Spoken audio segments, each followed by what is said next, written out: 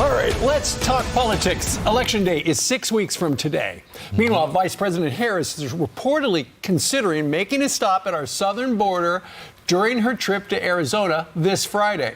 That visit to the battleground state comes as the Democratic nominee tries walking back a number of her previous border stances. Senior White House correspondent Peter Doocy is live at the White House. Hey, Peter. Good morning, and for most of the vice president's flip-flops, the Harris campaign has been able to tell us she changed her position. Here it is now. But for some reason, they cannot tell us whether or not she's changed her position on a 2019 stance she had, making people brought to this country illegally as children U.S. citizens. Axios is reporting Harris pledged in 2019 to take 4 executive actions as president that would give 2 million dreamers a path to citizenship and shield more than 6 million undocumented immigrants from deportation. Asked this week whether she'd take those same executive actions, her campaign declined to answer. The Harris team is so shy about this now, which would be a surprise to 2018 Kamala Harris, Grand Marshal of the annual Kingdom Day Parade in Los Angeles, where she was standing beside actor Jussie Smollett, chanting, "Down with deportation." Up with education, down with deportation. Up with education, down with deportation. Up with education, down with deportation. Up with education, down with deportation. The vice president's border experience has been tough to track. She insists now that she was not the border czar, never was, but she has tried to keep some street cred about the border, like when we traveled with her there for her only trip as vice president a few months after President Biden put her in charge of the root causes of migration. How did you decide that right now was the right time to make your first trip to the border? Well, it's not my first trip. I've been to the border many times. As the person in charge of the response. Because as I've long said, I said back in March I was going to come to the border, so this is not a new plan.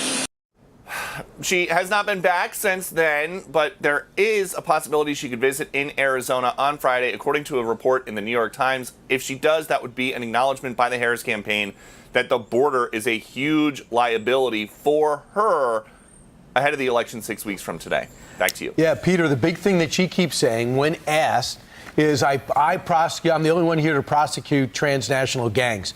But those were her days a couple of times in California. Does that hold up today is the bigger question. Does that show she's tough on the border, or does your exchange show that she's not tough on the border?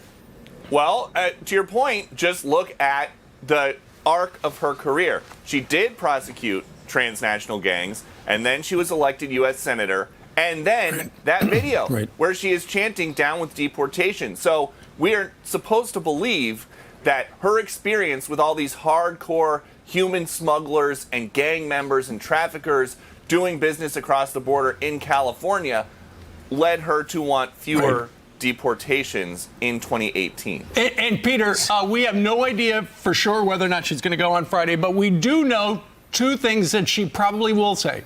She's going to say, we tried to fix it, but Donald Trump pulled the plug on that bipartisan border bill.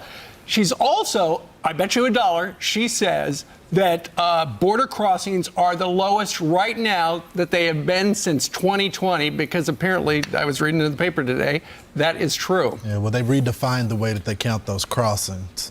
And it would, I'll take that $1 bet. By the way, it would make sense that she would say that because that's what she's been saying. But the things that she's been saying have her way behind Trump on the border. And for her to go on Friday would be extraordinary because she's been, I know they say she's not the border czar. They don't like that term. But she's been in charge of the root causes of migration.